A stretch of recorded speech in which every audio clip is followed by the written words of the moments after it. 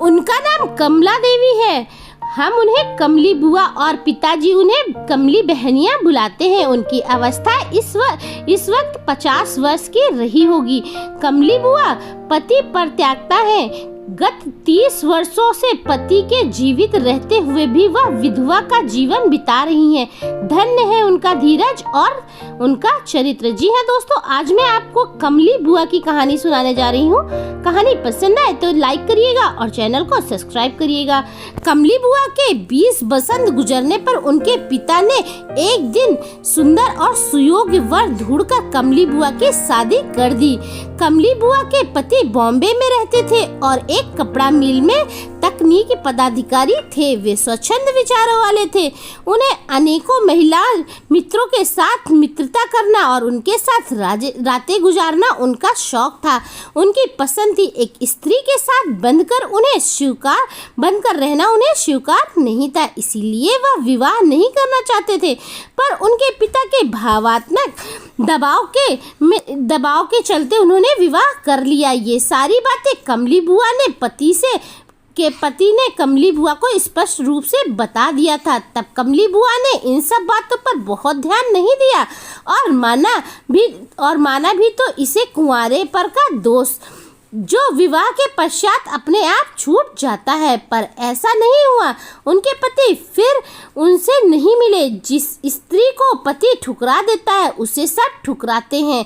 ससुराल में पति के बिना कमली बुआ के लिए कोई स्थान नहीं था। कमली बुआ के पति के गांव न आने का सारा कारण और दोष कमली बुआ के माथे उनके ससुराल वालों ने उन्हें घर से बाहर कर दिया।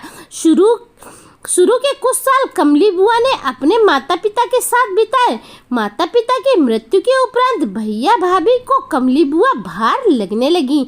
जब भाभी के ताने असहाय हो गए तब एक दिन कमली बुआ चुपचाप अपने नानी नाना के यहाँ चली गई। वहाँ उन्होंने बचपन में अनेकों वर्ष बिताए थे। नाना नानी के बाद मामा मामी ने उनका ध्यान रखे। मेरे भाई कमली बुआ को 2 जून की रोटी इसलिए देते थे कि इस जमाने में कमली बुआ जैसी मेहनती नौकरानी केवल भोजन वस्त्र पर नहीं मिल सकती। कमली बुआ इसे अपनी नियति मान ली है और सबसे मिलजुल कर प्यार से हंसी खुशी अपना समय बिता रही है।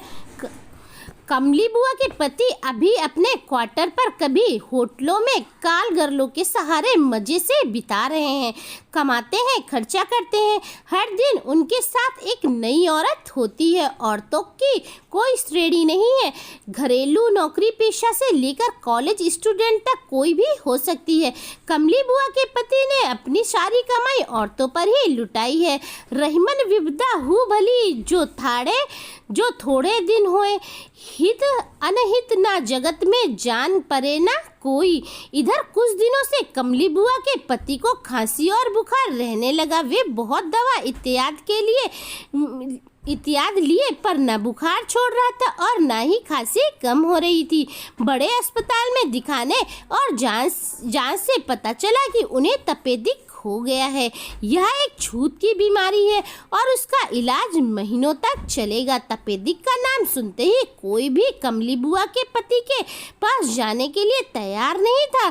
कितना भी धन खर्च करने पर भी कोई कॉल गर्ल खांसते समय उसके पीठ सहलाने के लिए नहीं तैयार थी। अस्पताल में नर्सों के अतिरिक्त उन्हें कोई भी पूछने वाला नहीं था। अस्पताल के बिस्तर पर पड़े हुए वे अपने बीते दिनों के लिए अच्छे और बुरे कर्मों का गुणाभाग लगा रहे हैं।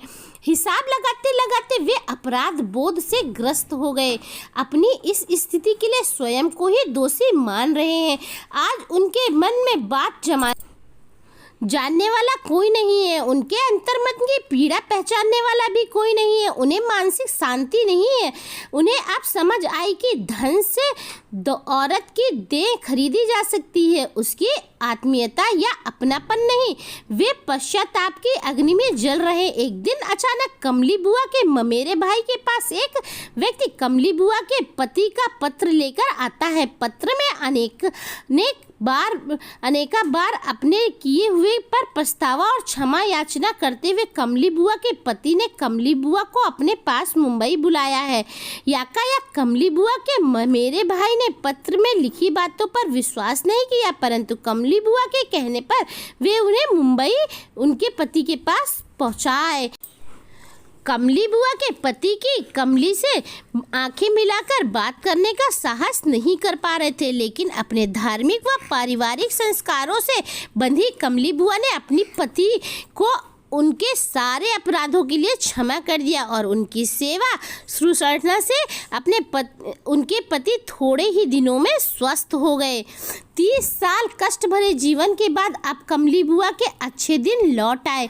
अच्छे दिन अच्छी तरह लौट आए। कमली बुआ बहुत खुश हैं। दोस्तों, आपका इस बारे में क्या राय है? अपने राय मुझे ज़रूर स्पष्ट करिएगा। आपको कहानी कैसी लगी और आप किस तरह की कहानियाँ सुनना चाहते हैं हमें कमेंट बॉक्स में ज़रूर बताइएगा। तब तक के लिए बाय बाय।